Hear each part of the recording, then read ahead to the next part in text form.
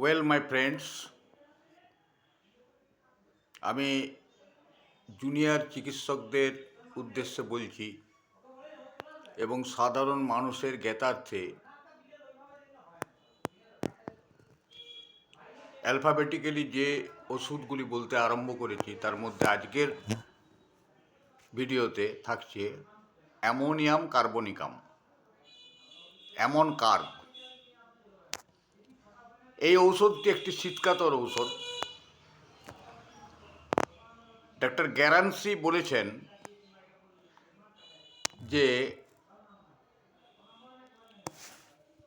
যে সকল নারীরা স্বভাবত কোমলাঙ্গী, সহজেই মূর্ছা যায়, হিস্টেরিয়াগ্রস্ত রোগী, নিজেদের মূর্ছার প্রবণতার জন্য স্মেলিং সল্ট কাছে রাখেন, সেই সমস্ত মূর্ছাগ্রস্ত হিস্টেরিয়া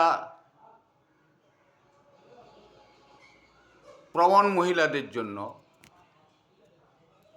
এটি একটি অত্যন্ত উপযোগী ঔষধ।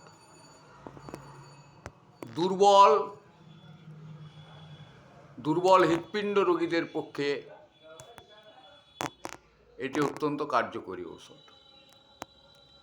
এই ঔষধটি হচ্ছে দীর্ঘকাল ক্রিয়াশীল ঔষধ, বহুদিন ধরে কাজ করে এবং এটি একটি সোরা দোষনাশক ঔষধ। ছোট ছোট শিশুদের সর্দির জন্যে যদি নাক বন্ধ হয়ে যায় এবং শ্বাসকষ্ট দেখা দেয়, পুরাতন এবং তরুণ,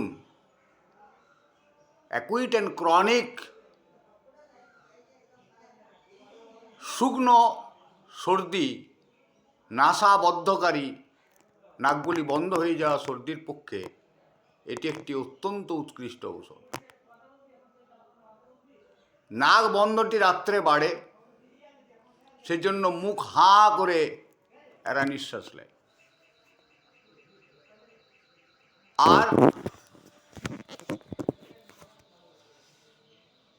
এই ঔষধটির সঙ্গে আপনারা স্যাম্বুকাস, লাইকোপোডিয়াম, নাক্সবম, স্টিকটাপল এই ওষুধগুলি আপনারা তুলনামূলকভাবে দেখবেন।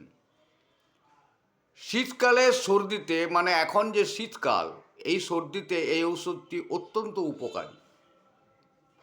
যাদের অল্পেতেই সর্দি হয় তাদের পক্ষে অত্যন্ত কার্যকরী ঔষধ। দ্বিতীয় কথা সেটা হচ্ছে এদের যে কোনো স্রাব, সে যে স্রাবই হোক, ঋতুস্রাব হোক, সাদা স্রাব হোক, সর্দি হোক, চোখের স্রাব হোক, মল মূত্রাশয় থেকে, অন্ত্র থেকে, সমস্ত স্রাবই হচ্ছে এদের অ্যাসিডিক, অম্লাত্মক এবং অত্যন্ত ক্ষতকর। যে স্থানে লাগে সে স্থান হাজিয়া যায়। চোখের ক্ষেত্রে এদের থাকে জ্বালা, কুটকুটানি ভাব, আরক্ততা। ছানির প্রথম অবস্থাতে এই ওষুধটি অত্যন্ত কার্যকরী।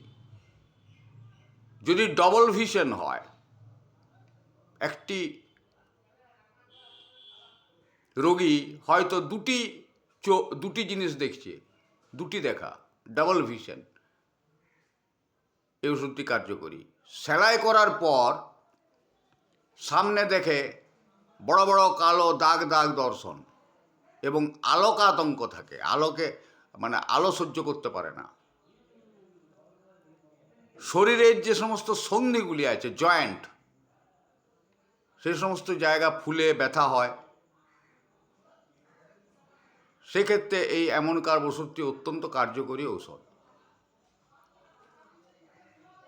স্নান করার সময় ডক্টর মহামতি কেন্ট, জেমস টাইলার কেন্ট সাহেব বলেছেন, ডক্টর কেন্ট সাহেব, উনি বলেছেন যে স্নান করার সময় এর বহু রকমের উপসর্গ দেখা দেয়।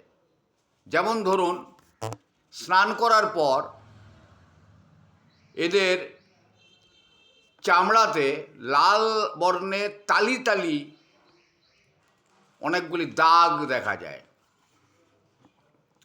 নাক দিয়ে এদের রক্ত পড়ে। প্রাতঃকালও এদের নাক দিয়ে রক্ত পড়ে, আর স্নান করবার সময় তো এদের নাক দিয়ে রক্ত পড়ে। স্নান করবার সময় এদের বুকগুলি ধড়ধড় করে। এছাড়া আরও অন্যান্য রোগ, যেমন চুল পড়া, আঙুলের নখ হলদে হয়ে যাওয়া, দাঁতের মাড়ি ও দাঁতগুলি আলগা হয়ে যাওয়া, বাতের বেদনায় এই ঔষধটি অত্যন্ত কার্যকরী ঔষধ। এদের ঋতুস্রাব হয় খুব শীঘ্র শীঘ্র, ঘন ঘন ঋতুস্রাব হয়, স্রাব হয় কালো বর্ণের, ক্ষতকর, প্রদস্রাব ও ক্ষতকর। এটি ক্ষতকর একটি এর চরিত্রগত লক্ষণ। যে সমস্ত রোগীরা, বৃদ্ধ রোগী যারা সর্দিতে ভোগেন, তাদের রাত্রের দিকে, রাত 3টার সময়তে রোগ বৃদ্ধি দেখা যায়।